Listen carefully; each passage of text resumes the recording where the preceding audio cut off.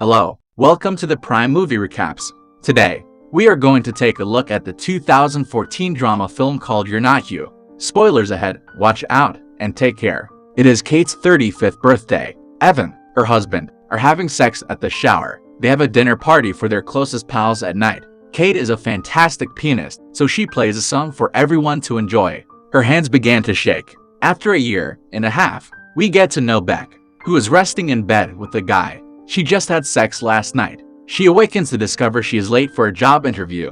Kate was diagnosed with amyotrophic lateral sclerosis in the meantime, a rare and incurable motor neuron disease in which certain nerve cells die, causing muscle deterioration that leads to paralysis and ultimately death. Kate's mobility has deteriorated significantly. Evan has been trying to assist her as much as he can, while a caregiver has been present for Kate. She let the previous one go because she makes her like a patient, and she was on the lookout for a new one. Beck arrives at their house for an interview. Despite making an unfavorable first impression on Evan, Kate decides to hire Beck after she claims that she took care of her grandmother when she had amyotrophic lateral sclerosis. During her first experience with Kate, Beck assists her into the bathroom and then wipes her. Beck is unskilled at it, and when she tries to clean Kate, she inadvertently falls down with her. That evening, Beck goes to the bar with her best buddy and roommate Jill. She was also scheduled to perform on stage, but she became nervous and fled in order to vomit. She encounters Will, a guy who is interested in her and tries to comfort her about performing. Beck also meets Liam, one of her college professors with whom she had a relationship. Liam is with his wife, so Beck goes out with Will to have sex.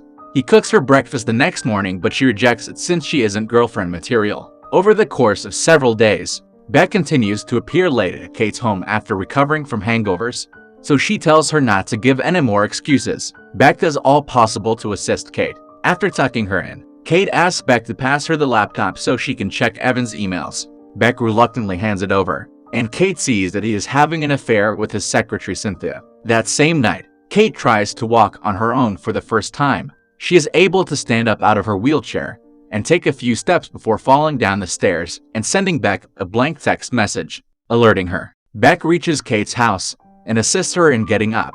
She helps Kate get clean by taking her into the shower. While there, Kate tells Beck she doesn't want to be there when Evan gets home. Beck takes Kate to her apartment. On the following day, Kate asks Beck to drive her to a clinic, feeling she is partly to blame for Evan cheating, rather than allow her to stay there. Beck takes Kate to confront Evan at his workplace.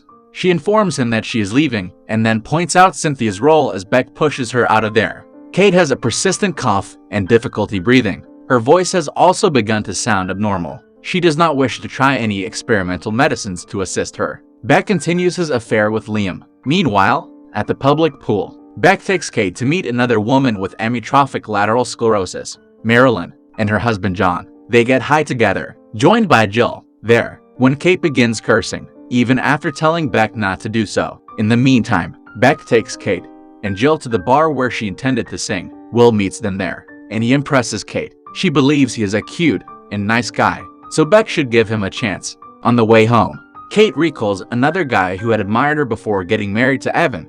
No one had ever looked at her like he did. Beck brings Kate along to a birthday party in one of Kate's friend Alyssa's homes. Kate requests to hold Alyssa's baby, but she becomes ill and nearly drops the kid herself. Evan returns, attempting to apologize to Kate for his behavior. She prefers that Beck talk on her behalf, informing Evan that she's not angry about the affair. Rather, she was feeling overlooked since she'd been afflicted with the disease. Kate is the one who sees it. Marilyn is taken to the hospital a few days later, where she is placed on a ventilator. Kate instructs Beck to keep her from ending up in that position. Alyssa and Kate's second friend Keely invites Beck to lunch a few days later. They inquire whether Beck has been named in Kate's will, to which Alyssa replies that she doesn't consider Beck to be one of Kate's pals. Unlike herself and Keely, Evan returns to check up on Kate. She informs him that although he couldn't see her for who she was, she wanted to be the person he saw, so it's both their faults that their relationship didn't work out. When Beck is decorating a Christmas tree at Kate's house on Christmas Eve, her parents pay her a surprise visit. Kate and Jill overhear Beck and her mom arguing in another room, in which they discover that Beck dropped out of college.